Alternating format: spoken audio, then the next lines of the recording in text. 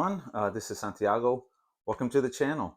This is going to be one of the very first videos on this channel, so maybe a little rough, but I wanted to do a top 10 because everyone does a top 10. And I wanted to give you guys who are going to be visiting the channel, seeing some other videos on here, an idea of what I like as a gamer. Of course, we all like different things. And one thing you want to look for in a reviewer, I would say, is someone who has your similar tastes. I would consider myself an omni gamer when it comes to board games. I like lots of different mechanisms and styles of games and everything. So hopefully you'll get an understanding of what I like. I don't want to give too much of a preamble. I want to jump right into it.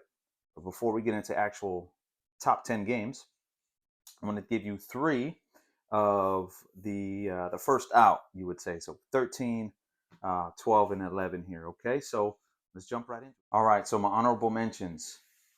First one up is 51st State. Wonderful Tableau builder, resource management with a really great post-apocalyptic theme on this bad boy. It's for post-apocalypse. This is one of the more vibrant apocalypse games you'll see out there. In my opinion, at least, it's very colorful. Anyway, it's beautiful. It plays very smooth, and the solo game in the initial set wasn't great, but in this set and the Ultimate Edition, you're gonna find a really cool AI that you play against. It messes with you just a little bit. So if you like a game where you get to play, take your turns, and not really have too much intrusion from the AI, this is a great one for that. Let's keep moving. We don't want to spend too much time on these. At number 12, yeah, that's right. Actually, this is at number 12 mainly because I really love the LCGs from Fantasy Flight Games. This is Marvel Champions, the card game.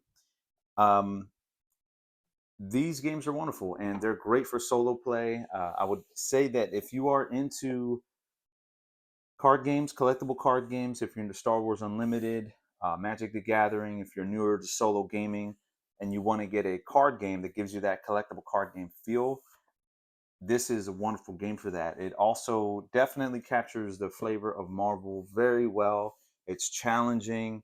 The deck building is great and simple. So if you're looking for a great card game, Marvel Champions, I would recommend. This is my number 12. Oh, this boy right here in at number 11, just missing the cut, is Great Western Trail. This is a Euro about being a sheep wrangler, I guess. There are three versions of this game. This is the third. There is a fourth coming out, which I think dials back the complexity quite a bit. This series is great if you're getting into any of the Euros. As far as the Great Western Trail, I'm sure I'll talk about this in future videos when I cover these games. This one is for the experienced gamer. If you want to jump in a Great Western Trail, I'm sure I'll do a comparison at some point, but this one, this is the only one I own because it is more advanced, more crunchy than the other ones. And it's actually the first one I played of the series, and it was hard for me to think about going back after playing it. The reason why this is great solo, some people have their problems with the AI. I like it because it's quick, and I'll talk about this with the other games on the list. But it's quick, and it's definitely challenging. It can be a bit swingy. That's people's problem with it. But nonetheless, I still really enjoy it because it gives you the feel of playing against another player without messing with you too much. And they definitely put the pressure on. They score a lot of points very quickly. They have their own strategy. And again, I'll reiterate very quick. So it's my number 11. But no one wants to hear about 11 through 13. Let's get to the top 10. All right, at number 10, we're going to start off with a bang. Ark Nova already. So from Capstone Games, just a few years, released 2021, I believe. Ark Nova is a game about running a zoo, everything from getting the right animals to literally building up the zoo with these different pieces. And by the end of the game, it looks really cool on your board. You have your kiosks and your different enclosures all on your board. And it's got a little bit of everything. So I hesitate to say this is a worker placement or a tile placement game or an engine builder, because it really has all of the above and more. But it's really what makes this game so wonderful is how all of those different things just come together. It is on the heavier side or complex, though I will say it all goes together so well. And it's crazy for me that this is number 10 because it has so much goodness packed into this box.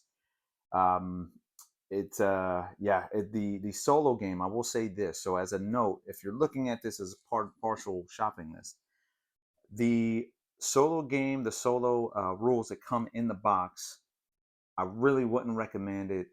It doesn't give you the best feel for the game. It kind of changes things, in my opinion. I would go. I will maybe I'll post a link down below of the BGG user who has created an AI for this game. I have that printed out, the physical components, and it makes it even better, in my opinion. It gives you the feel of playing against a real player, and again, you can kind of play with some of the knobs to make it even more difficult. Um, what else can I say about the game? Very replayable. It is very card dependent because you can get the right cards that you want or not in the game, and you'll have to pivot. But that's very much terraforming Mars ish. Um, the Galaxy game. What is that one? Yeah, Race for the Galaxy. And there are a lot of other games. If there's cards in a game, there's that chance that you might not get what you want. So there's a little bit of that, but it still does not spoil in the slightest why this game is so well regarded. You'll see it on tons of lists, I'm sure, and it's a wonderful, wonderful game. But I like 9 games better. So let's take a look at the next one. But that's Arc Nova Capstone Games. All right, in at number 9 is a game from Stonemaier Games, all about asymmetry, engine building, alternate history, 1920s Europe, battling out on the board. I'm talking about none other than Scythe. Sorry about the little camera shake there. So Scythe, I'm going to put it off camera here because this thing is it's taking up all the space. Scythe is a wonderful, wonderful game of territory or area control with, again, several mechanisms that none of them are really the main focus. Your main focus, though, is your player board.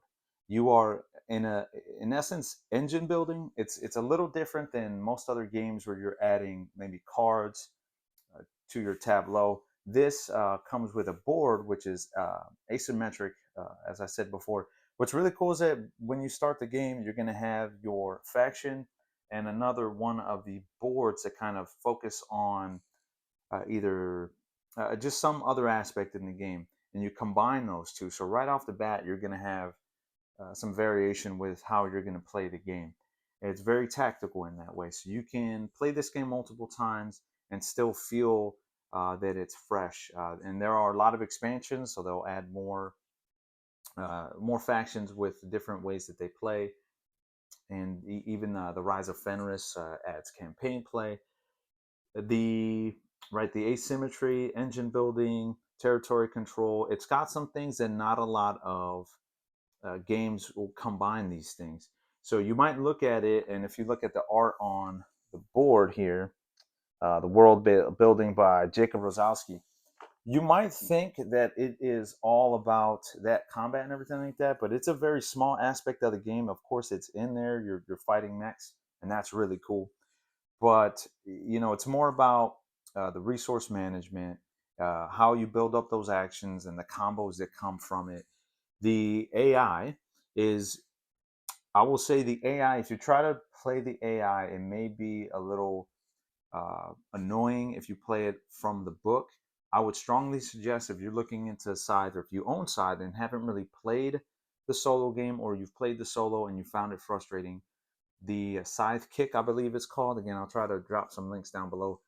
Makes it a lot easier, manages the headspace that you don't have to worry about it. So it takes a game that is okay solo, in my opinion, because of the frustrations of the movement rules with the solo, and really takes it up a notch to where it's really not a factor anymore. You use that app and it takes care of the movement, and it even makes it very easy for you to play with multiple AI on the board, which is my favorite way to play. myself and 2 other factions on the board, because having only one faction just really doesn't give you the feel that the game deserves. I really love it because of the just the world. It feels very unique, um, and of course, I love Euros. I've got more on here than I thought. I thought it was mainly a you know just a thematic board gamer, but Scythe also brought in the Euro mechanics and theme. This is a pretty commonplace now, but I remember at the time, even it still wasn't a big thing. And Jamie, with this design, just really hit it out of the park. It made a big splash when it came onto the board game scene. So anyway, that's my number 9 side. Okay, from battling mechs in a world that never really was, we go to the real world, except we're battling old ones in Eldritch Horror. From Fantasy Flight Games, I believe there's a number of designers. Corey Koneska and Nikki Valance, the main designers of this game. Once again, another Fantasy Flight game. You'll see a few of these. I'll cover a lot on the channel, I'm sure. But Eldritch Horror is a game set behind on the Lovecraft lore and books. In this game, you're going to be taking a team, which you should be taking a team, but more about that in a second. A team of investigators out to try and stop, Cthulhu and the Man in Yellow. I don't know, somebody in yellow, and Yogg Sothoth, all those weird named creatures. What you're doing is you're going all around the world, trying to collect clues, battling monsters, leveling up, collecting artifacts, all kinds of stuff. There's no real story to the game other than the old one that you're trying to fight, but there is a developing narrative. One of my favorite things about the game are the encounter cards after your turn. So you mainly the way I play, and I would suggest playing it this way, is playing with 3 or 4 investigators. You're going around the board. After each round, you're going to draw a card to give you a little bit of a story. There may be a skill check involved, or it just might tell you what happens. And it's really cool how they kind of string together. They're randomly, or they're seemingly random, but for me, it does create a really cool narrative about these kind of side quests or the things that they're running into on their way to trying to stop the old one. There are, I would say, if you're a fan of RPGs, this is really cool for that. You've got some stats that affect how your character plays. Each character's a little bit different. They have their hit points and their insanity, which they can lose or fall out of the game either way. Um, and then they have a special player power. Yeah, some of them are better at some things. Some might be better at combat. Some might be better at getting clues and things like that. There's some people who there's one character who's really good at logistics and getting people their different assets and stuff like that as you play the game.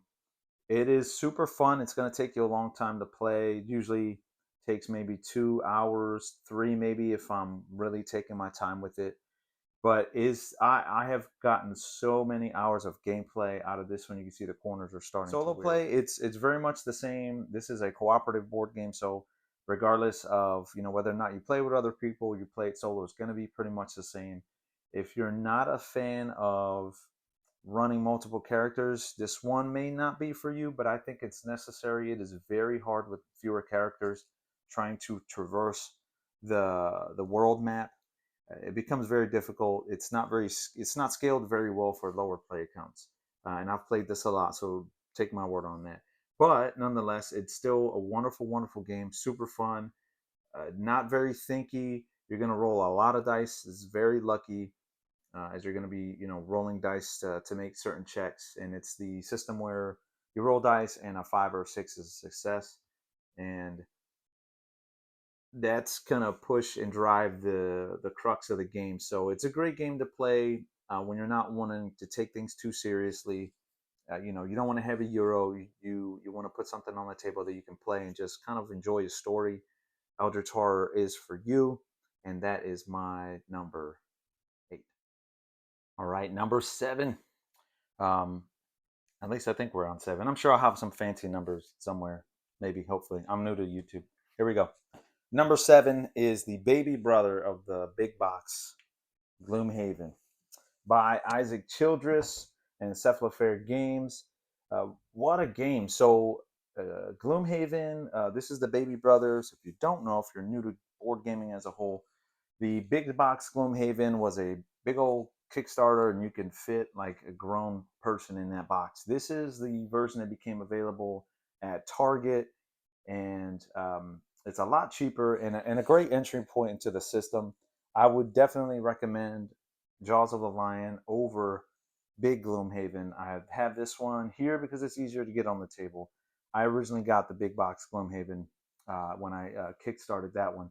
But it remains the same. All it is, the difference really between the two is that this one has less content. But that is okay because Gloomhaven, the big box version, has so much in there you might not get through all of it. So, and this one can take up just a portion of a calyx as opposed to the whole block. Enough about the size of the box. Basically, Gloomhaven is a dungeon crawl board game, but it flips the script a little bit because most of those games you're rolling dice. D20. I'm staring at my shelf of my dungeon crawlers, and it's still the only one that doesn't use dice. Descent, the D&D board game system, Folklore Affliction again, Imperial Assault, the Batman game. So this one makes it more crunchy, and is why it's my favorite of the dungeon crawl board games. So the main mechanisms with the game are you're going to have multiple characters, is how I play, and how I would recommend to play. You each character has a handful of cards, and you have their entire deck, so to speak, available to each character. You're going to choose two cards. You're going to play the top part of one and the bottom part of the other. Usually that is going to be a move and an attack, but one of the beautiful things about the game is how differently each character feels. You'll have a character in Jaws of the Lion that has hatchets. They throw the hatchets around. They even have their favorites, kind of like Kratos from God of War, chucks his hammer, hits it back. You have another character who's great with blowing things up, getting rid of obstacles. You have another mage type character. It's really cool, and they all feel different. Um, the different aspects are, as far as dungeon crawls are concerned, are there in terms of the adventure, the story. Um, but I think the cool part are the maps. The different scenario has different goals. It is usually going to be go in there, kick down the door, and kill things. But Isaac does a great job of mixing it up. Even early on, I don't want to spoil anything, but it's one of the first couple scenarios. You go from just fighting your way through mobs to having to disarm these obelisks in order to finish the game. And it's really cool what he did with the monsters and how they activate. They all feel different. They have different abilities and things like that. It's very quick. It's even quicker and smoother if you use the various apps that are out there. I'm old school, so I really do like using the cards and using what's in the box. But that back and forth with the creatures and the player turns is so much fun, and it's why people can play 100 scenarios of Gloomhaven time and time again, and of course I can as well.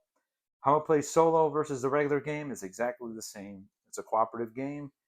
You're just going to have to run multiple characters, which is the case for a lot of solo games. So if you don't like that, or if you're not sure if you like that or not, this could be a point where you jump into the hobby to play a game like that. My favorite aspect about Gloomhaven as a whole is the sense of adventure. Some people don't like the story. I do. Are there some better ones? Sure, but I think Gloomhaven's balance between the gameplay and the story, because of the gameplay, it still shifts it where the story doesn't need to be so strong because the gameplay is so good. And it's gonna stick around in my collection for a long, long time, and I've got hours into it, and I'm sure I have hours left of playing. My number seven, Gloomhaven. Okay, and number six, I think I was just tired of picking big box games. That's kind of hard to do nowadays, but of all these small box games, this is still my favorite, and that's Tiny Epic Galaxies by Scott Alms and Gamelin Games. I have supported a lot of their games. In fact, you should see a review of the latest one, Tiny Epic Game of Thrones, coming soon. But as of now, Tiny Epic Galaxies is my favorite small box game, my favorite Tiny Epic game. In Tiny Epic Galaxies, you're running a space empire, managing resources, and trying to conquer different planets in order to score points. It's uh, it's got a dice-driven mechanic where you're going to roll your dice at the beginning of your turn, choose your actions, and go back and forth between those actions and the AI doing the same. One of the really cool things is one of the actions is a follow mechanism where the AI does something much like the multiplayer game. You get to follow, repeat that action, provided you have the culture, which is a resource in the game, that you can use to follow what they're doing. What's really cool about that is that you're constantly engaged in the game. So, with that being said, it really captures the multiplayer game really, really well and keeps it from being totally different. Because a lot of solo games tend to do that, but Scott Alm's wonderful, one of my favorite designers, just seems to do it every single time, and he didn't miss with this one either. So you're taking different actions between collecting resources, moving up the tracks to conquer the different planets, and sending ships out there. It's very tactical, and it's going to force you to figure out what you're going to do on each of the turns. The solo game is really quick and scales. You have different difficulties of different. I forget what they call them in the game, but you're gonna play against different empires to try and win. They push the objectives on or the tracks on the planets, and really it just works really quickly, right? You just do what it says on their board on their faction sheet, and you keep plugging along, and it moves really really quickly. So all the strategy of a big box game, I'm glad they kept them tiny because the epicness is still there. And in what it does, I haven't found too many games that does what it does as long as I've been playing board games. And Tiny Epic Galaxies, I think Tiny Epic Galaxies will remain the number one until further notice. So that is my number six. And number five is a game from CGE, which normally does a lot of complex board games. They toned it down just a little bit and included two of the most popular and my favorites mechanisms together in The Lost Ruins of Arnak by Min and Elwin. The Lost Ruins of Arnak is basically your Harrison Ford. No, you are Indiana Jones exploring, trying to get artifacts, fighting monsters, moving up a research track, taking notes, and discovering all kinds of things on your way to not die, mostly, and discover something and change the world. I'm not sure the end part of it, but it's still very cool, still very unique. It's a theme that still hasn't really been done too much, and I don't know that anyone else is going to touch it, frankly, after the Lost Ruins of Arnak has really done a great job with that theme. The mechanisms, as I said, is worker placement and deck building. You have a few workers on your turn that you're going to place to either discover new places, fight monsters, or collect resources. And then you're also going to be playing different cards that from your starting deck to new cards that you gather to do different actions on your turn. Now, what makes this game so great, though, is the chaining of the different mechanisms or the different actions in the game. As fun as it is in a multiplayer, it's so nice in a solo game where you can take your time, think about what you want to do, and not have a bunch of people staring at you when you're trying to figure out what you want to do on your turn. The single player game, it depends on what you're doing, but there are a lot of options there. You could just play it out of the box, the rules that are there. There's a free campaign that you can use through the app that CGE provides. And then there's also the expansion that has an entire campaign with things that are going to change as you play different goals. Because one of the things with the game, if you play it often enough, is that you could find yourself doing the same thing or going for the same strategy most of the time. But when you add in the expansions and you add in the campaign play, that really forces you to approach the game differently and focus on different things that you wouldn't normally focus on. It is very similar to the multiplayer game in terms of how it plays solo. But like I said, if you add those other aspects into it, it really the game really flourishes when you add those different aspects to it, which makes this so replayable after you've used up what you've played it a few times out of the box. I would suggest looking at the free things that CGE has put out and also their expansions if you want to put more money into the game. So one of my favorite things, and this is very surface level or shallow of me, but I love the look of the game. This is one of the few games that I've really tricked out in terms of the components I've added. Some gold coins, and I've 3D printed a couple of pieces. I've done the same thing with Scythe. Uh, any games in my top 10, top 15, if I had to get rid of my whole collection and keep those, this is why I really add to the game. Lost Ruins of Arnak, if you're a fan of deck builders, if you're new to the hobby, and this is just a step up from another game I really like Viticulture, if you're into worker placement. So highly recommended for me. That's my number 5, and they only get better. In at number 4 is one of the oldest games out there that is still very much played in the solo community, and that is another Fantasy Flight game, except this is one of their card games. I already talked about Marvel Champions. This is Lord of the Rings, the living card game. Now, this is a binder with a bunch of the cards for the game. There's so much to this game. It came out in 2011, 2012, I want to say, by Nate French. And they still put out stuff to this day. And I will tell you that the game has survived because of the solo players. I can guarantee that.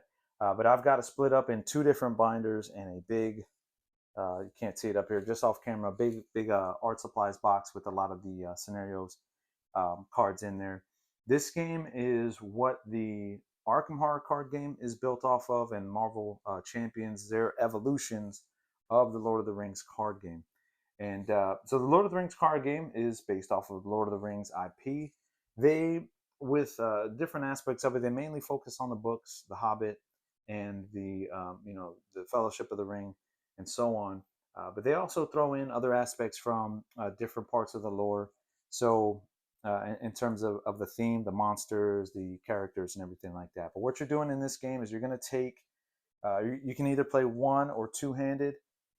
It's really up to you. I think the best way to play is two-handed, meaning 6 characters. So you have a deck with 3 characters, a deck with 3 characters.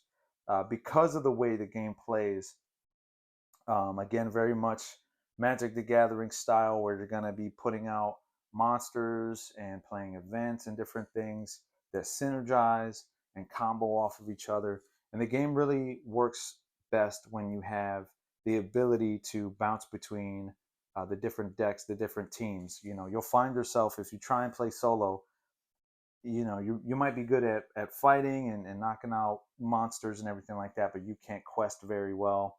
The game requires you to kind of find a balance there, but that's hard to do with just one deck. So you're fighting characters, trying to get through the plot of the story and what they call questing. So it's best to build a deck where one might be good at fighting and generating resources, and then the other one is good at card draw and questing. Um, if you're not big into the deck building aspect of the game, you may not like this. And when I say deck building, I'm talking about games like Magic the Gathering or Star Wars Unlimited, to bring it to current, where you're outside of the game, you're building a deck, you're trying to figure out what combinations work best. That is the game within the game, and that I really enjoy. I've spent hours, I'm sure, if there's others who love the game, where you're just building decks and putting them together and figuring out how they're going to work, and playing a scenario, losing, making some tweaks, and then finally being able to overcome a scenario is really, really fun. How it plays solo versus the regular game, it doesn't change much at all, other than you having to run 2 different decks. Again, you might not like that, but it's a low barrier to entry as far as cost. You just get the base box now, especially they've added so much into the base box, whereas before, us old schoolers, we had to buy, a couple of the base boxes to get enough cards to make 2 decks. But they have enough components in the base box. Go in there or buy someone's used collection, excuse me, if you don't want to spend as much, and just try it from there, and then see what you like from there. There's so much to this game, so if you really like it, there is just more and more out there. My favorite part about it is I'm a Lord of the Rings geek, so I love it. And if these games above it weren't so good, this would be my number one. And it was number one for a long time, but for now is my number. Okay, coming in at number, where are we at? 3 is the second game from this designer that I've already mentioned. It wasn't on the top 10, but it was on the honorable mentions. It's Ignacy Cevicek, and this is Robinson Crusoe Adventures on the Cursed Island, Z-Man games. This version, at least. Of course, he's very successful now, and I believe this is one of the games, if not the game, that allowed Ignacy to really, launch Portal Games to where it is today, where they're putting out great games and they're able to sustain themselves with all their different titles. So you're not going to see this version of the game if you try to get it now, unless you get it used. This is one of the earlier games that I had gotten when I got into the hobby. So the overview of the game, it's a survival game. I would say that there isn't a specific thing because this game is all about scenarios. So you could go from trying to fight King Kong to you're the Robinson Crusoe himself. Of every time you play is going to be a little bit different, but basically you're on an island. You have nothing. You need to find food, shelter, fight back. Whatever different things come up throughout the game. The main mechanics are worker placement. So you have nothing in basically every game that you play, and part of the game is trying to um, put out and deal with different things, even just eating and feeding, your crew and staying alive and not taking enough damage, building a shelter. Those things are in every game, just about. You're trying to make things easier for yourself as you play while also trying to accomplish the scenario. So as an example, one of the very first one is just trying to collect enough wood to build a big signal, basically, so that when the boat comes at whatever round it does, that it comes and saves you. But in the meantime, you have weather that's coming in and destroying your food, and you're running in with different creatures as you play, and it's it's very tough. You're gonna lose a lot, but it definitely captures the feel of surviving, and it's one of the highest regarded games in the solo community because of the story that develops from the game and how engrossed you are, how tough it is, but you just want to keep coming back for more.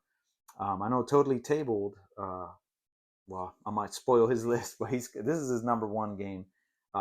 He absolutely loves it, and this was again my number one kind of battle with Lord of the Rings for a while. But it's absolutely wonderful. It plays solo wonderfully in terms of again another cooperative game that doesn't change much when you play it solo. You do the same things. You can tweak the difficulty. You can add Friday and the dog, or maybe play with another character. If it's too challenging, just from the basic rules. But what you're doing is going to stay the same again. So you're going to get the same exact experience, playing it solo. There is so much to like here. I'd say one of my favorite aspects, two of my favorite aspects. One is when the worker placement is changed up here a little bit, because when you put something out to try and gather or build something or explore, it's not a guarantee. You have resources being your workers, and the more you invest those resources into accomplishing something, the more guarantees you're going to have. Essentially, you have 2 worker pieces for each character, and you can put 2 on the space and it'll guarantee you're going to do that thing.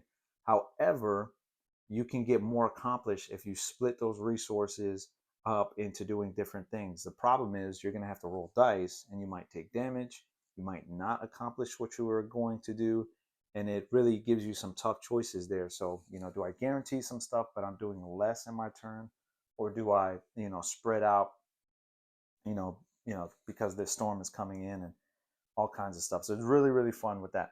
The other thing that I really enjoy that not too many games do is the aspect of grabbing a card that has a certain event or something happened. Usually it's bad, and then that goes back into the event deck, and it may come out later. As an example, you might draw a card that says you get bitten by some lizard, take a damage, put the card back in the event deck, shuffle it, and then it might come back later, and it turns out you're going to have to amputate your leg. I don't know, something like that, where you never know, and you see that card come up, and now you have to deal with it, and based off of actions you may have taken earlier in the game, it makes it really, really interesting. There hasn't been another game, I could be very wrong, but to my knowledge, a game that has taken that and really um, done it to the effect that Robinson Crusoe has done it. Wonderful game, and that's why that is my number three. Coming in at number two, which is not too shabby, is a game from Paul Dennen and Direwolf Games, Dune Imperium. Now, up on my shelf is where the actual game lives. This is just the top part of the box here, because I've got the souped up version with the miniatures and everything for the main game. So in Dune Imperium, you're taking over a faction from the Dune universe. All the art and everything is from the movies, the most recent movies. If you've seen those wonderful movies, by the way, I recommend. And what you're trying to do is you're trying to gain alliances. You're trying to gather resources like spice and Solaris and water. All of the Dooney stuff is there. The way it works is using, again, two of my favorite mechanisms, which I mentioned before: deck building and worker placement. And I really love how it implements those. It's each turn, the cards in your hand as a normal deck builder, you're going to draw a couple cards from your deck, and you're going to decide what to do on your turn. You're going to play a card to play an agent out onto the board to either get your resources, like soldiers, or as I mentioned, the Solarian water and spice. You might draw more cards. There's all kinds of stuff that you can do with the different spaces on the board. So you can play a card to play an agent to do that, or you can use the in-game resources to buy new cards, a la the deck building aspect. It's a very tactical game. Each turn, there's going to be the combat area where you're going to be fighting over the juiciest pot every round, where it's going to be, most of the time it's going to be points, but it could be other very valuable resources as each round goes on. It's such an interesting thing with the timing of the game, with the points that you score, and the deck. If no one gets to that point threshold, then the game could just end on the secondary, which is the rules. And I worded it that way because the way it plays solo is very similar to the multiplayer game. I've played this game tons with my family, and just as much solo, and the tension is always there. It's so beautifully done. The solo game, you just flip over a card, it's going to go to a certain place. It doesn't do exactly as the players do, but it's going to block places, get resources, score points, put the pressure on you. And again, you can tweak it to make it a little tougher as you play, but it gives you the same feel as the regular game, which any game that can mimic the regular game for the solo, chef's kiss. Like it just does such a good job. It is a wonderful game, and if it wasn't for number one, of course, this is a near perfect game for me, because it's enough thinking, enough strategy, lots of tactics. Each game you play can be very different because of the player boards as well. What character you use, that special power, the different cards that come out. I can never get enough. It plays quickly, and it's just enough depth. It's right in that sweet spot for me. It's not the crunchy game that an Ark Nova can be, or a Great Western Trail, where you're thinking too much. It's just right in the great spot. So again, another game that'll never leave my collection. I can't really comment on the newer version that has come out, but it does play well with the expansions again with solo. I do recommend the one of the expansions. I think I'll tag it below if I forget which one exactly. But that makes it even better in terms of what it adds, more options, fixing a couple of the small issues I had with the base game. So that's number two. And finally, number one, you super sleuths out there have been watching. Some of the games have been coming off my shelf that have been right behind me. If you notice, there was a game sitting right here in this slot, and that is the Mac Daddy, the king. If you say it's anything else, you're just wrong. Mage Knight is the greatest solo game of all time, in my opinion. But a lot of people agree, although some people agree that it's another game. Anyway, my favorite game of all time is Mage Knight. This game, I would, if I had to, if something happened where I had to get rid of all my games, this is always my answer for the game I would keep if I had to keep just one, because of its replayability and depth in the game. So really quick, Mage Knight is based off of uh, several different things. I mean, they made a like a tabletop game. There's their miniatures game. Mage Knight in and of itself was a intellectual property. Vlada Shvato came out with this game, and it's still very highly regarded. And again, just like Lord of the Rings and several of these other games, the solo community has kept this game alive. So much so that there's a new expansion coming out here in 2025. They did the Ultimate Edition where they lumped in the base game with all the expansions. I've got an expansion that I made and put out on BGG. Again, I'll put a link down below that added to the game. I added a little shop expansion to the game, which I thought it was missing. There's a lot of fan stuff out there for the game, but what you are is a mage knight, which is someone who could fight and use spells and everything like that. You go explore the land. You're uncovering tiles as you go. You're uncovering different locations like dungeons and monasteries and cities, and you are playing cards. The main mechanic is a deck building game, so you're getting new cards as the game goes along. You have spells that you can acquire and artifacts to do really bonkers things on your turn, um, and yeah, you're just building up. You're leveling up.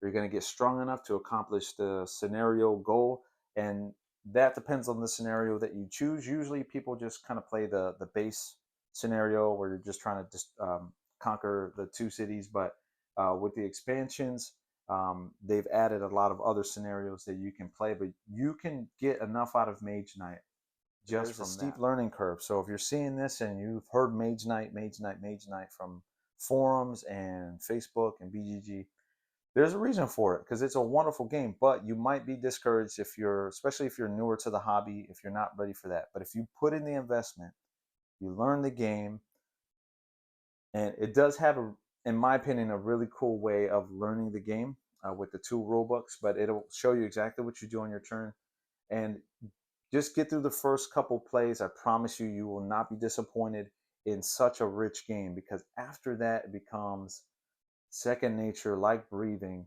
where you can just boom and you already know what stuff does, and you can play. So I will say, just be warned, if you're looking at this game, you want to get it, you may be scared away from your first one or two playthroughs, and but if you stick with it, there are a lot of great channels out there that do playthroughs. You're not going to see one on my channel.